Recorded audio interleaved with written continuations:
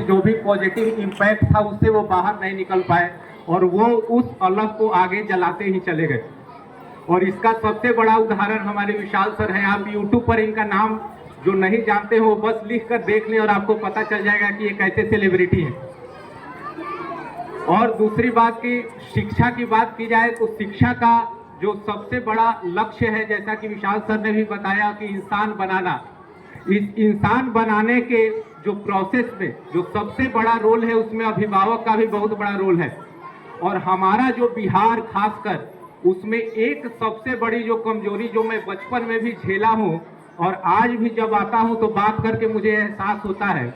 और ये है कि जो अभिभावक गण है वो बच्चों को मार्क्स पैदा करने की एक मशीन बना चुके हैं। जैसे हमारा बच्चा 100 में 98 मार्क्स लाया, बगल वाला बच्चा 92 मार्क्स लाया, तो जो 92 मार्क्स ला रहा है उसके भी अभिभावक अपने बच्चे को बोलते हैं देख बगल वाले के तेरे से 4 नंबर ज्यादा आ गए। ये बहुत ही घातक है और ये बच्चों के उस एज में एक ऐसी छाप छोड़ेगा जो आगे जाकर और भी घातक साबित होगा, जिसका सबसे बड़ा उदाहरण मैं खुद हूँ। मैं क्लास 8 से लेकर आज तक कभी क्लास में फर्स्ट के अलावा कभी सेकेंड रैंक नहीं आया था, लेकिन जब जिंदगी में मैं आगे बढ़ा तो मुझे एहसास हुआ कि दुनिया किताब से बहुत बड़ी है। और आज विशाल सर से आज भी मैं सीखता हूं कि दुनिया जो किताब से बड़ी है उसकी पढ़ाई आप एग्जाम में जो पूछे जाने वाले सवाल हैं उससे आप नहीं समझ सकते हैं, वो आप जिंदगी से ही सीख सकते हैं।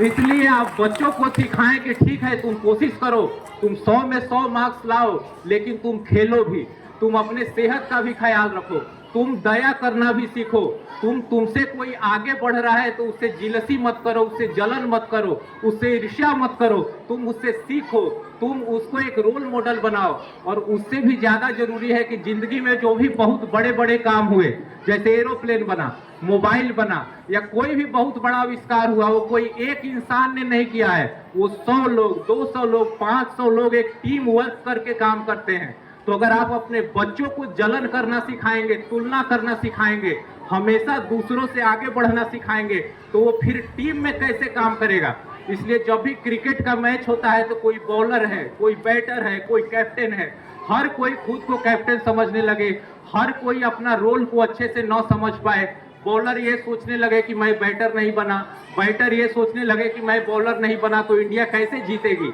तो हर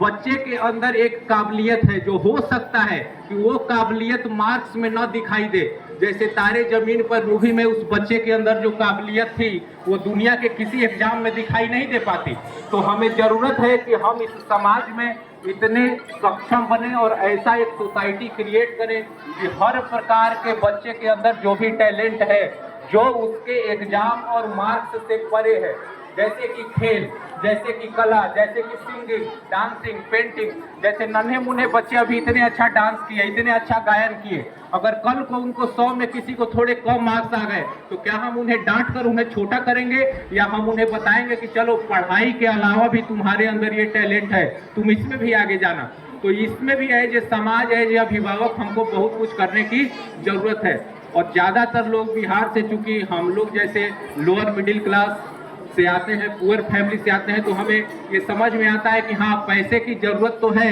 लेकिन पैसे की होड़ में हम उस बच्चे पर इतना प्रेशर ना बना दें और खुद पर भी इतना प्रेशर ना लें कि हम टूट जाएं। तो मैं तो बस इतना ही कहना चाहूँगा उन बच्चों से, नन्हे मुन्ने बच्चों से, कि आप पर इस देश का बहुत बड़ा दायित्व है, लेकिन आप इस दौड़ में बिल्कुल खुद को और खुद के बचपने को खो ना जाएं। और इसमें आप अभिभावक से भी मैं विनम्र निवेदन करूँगा। तो बच्चों, मैं आपके लिए इतना कहना चाहूंगा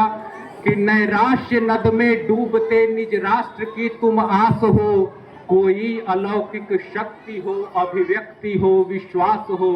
नवकाल की नवज्योत हो, उत्कर्ष का आभास हो, मानो न मानो तुम स्वयं में इतिहास हो, तुम स्वयं में इतिहास हो। धन्यवाद। Thank you, sir, for your precious words.